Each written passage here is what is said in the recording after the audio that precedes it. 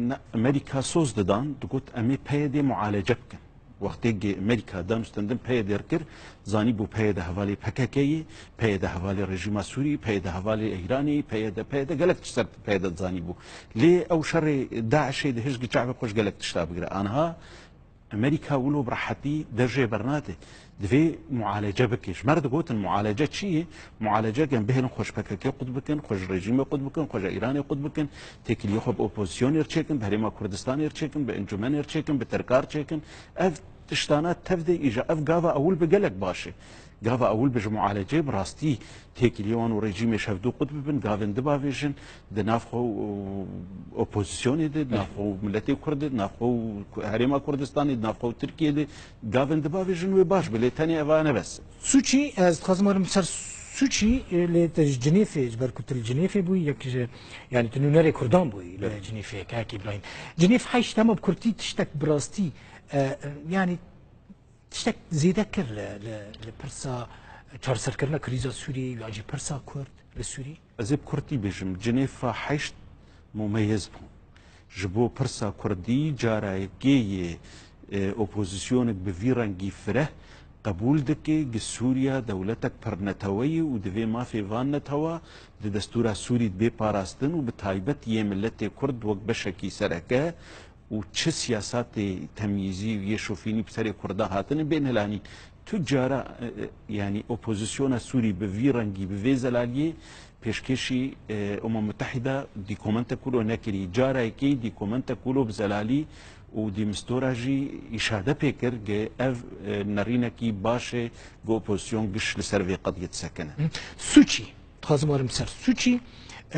حزارو يعني روسان نزيكي حزارو 500 ناف دعوت كرنا آماده كرنا هم كده هنا وكأنا كسي شخصيات دنين كرد هنا هناك آلي دبيجن كو وزارة دروا يا تركيا هن پیشکش کرنه يعني كو نافي ودايا وزارة دروا يا روسيا جبكو بشتار بن آگاهيا واجبية كي هيا يعني اگر هم بچن هوني چه جكرده را پیشکش بکنه كقدر بخوين تكليه ما مباشر بروسار هنه و چند تجاره ما سردان وزارت درویا روسی کریه و ما برینه هاجی دما گهی و یازده گرک کنگراسو چی چه بوا ما روسا قواست امزانه بین اجنده سو چی چنه دشته گل سر در زمان وزارت درویا ترکی درد که امنا آگدارن ام نزانن تاني ام دراغهاندنه ده دبهيسن يا سيا حطانها تفخواندن جمر نهاتنه ومنا اقدارن قفخواندن جكزكي درجه هاتيه اما چونا ما گریدایی و چد سوچی ده به گفتگو کرن یادن و نتوی یک گرتی و تید آماده ببین یانا او گلکی گرنگه هگر متحده حاضر بت سوچی ده و مخرجات سوچی هرن جنیفی لسر اری ببن و لسر کار ببن او اپوزیسیون جو انجمن اجتماعی کردیجی تید بشدار به اما به توایی نرینا انجمنی مبریارا داوی نستندی لام بیجن چو کنگرک جبورو سوری چه به کنگره بری چه بونه ام تردید آماده بون ایگ چه ببینجی گرک ام تید آماده بن و برگریه درکان جوارت تشتک گوتن لسر مسئله یا سوچ یعنی وزارت تا ایبرکو پیوندی اب ترکیه باشن وزارت تا درویا ترکیه هون لسر سوچی قد آگادار کرنه نه يعني تقول امزان حطانها يعني تشتك جبو سوتشي در نكهتي يعني تشي وك ام انجمن يانجي وك اوبوزيسيون يعني تشتكي زلاليتنا ما افايا بفرهيب دي مستورار دانوستندن دفينات ذكر اويجي دقوت ام بندي برياري براستي انا هافان روجا بازار كي قرط دناف متحده وروسيا هي روسيا وسوتشي تشيكي وايران وتركي جي بيراني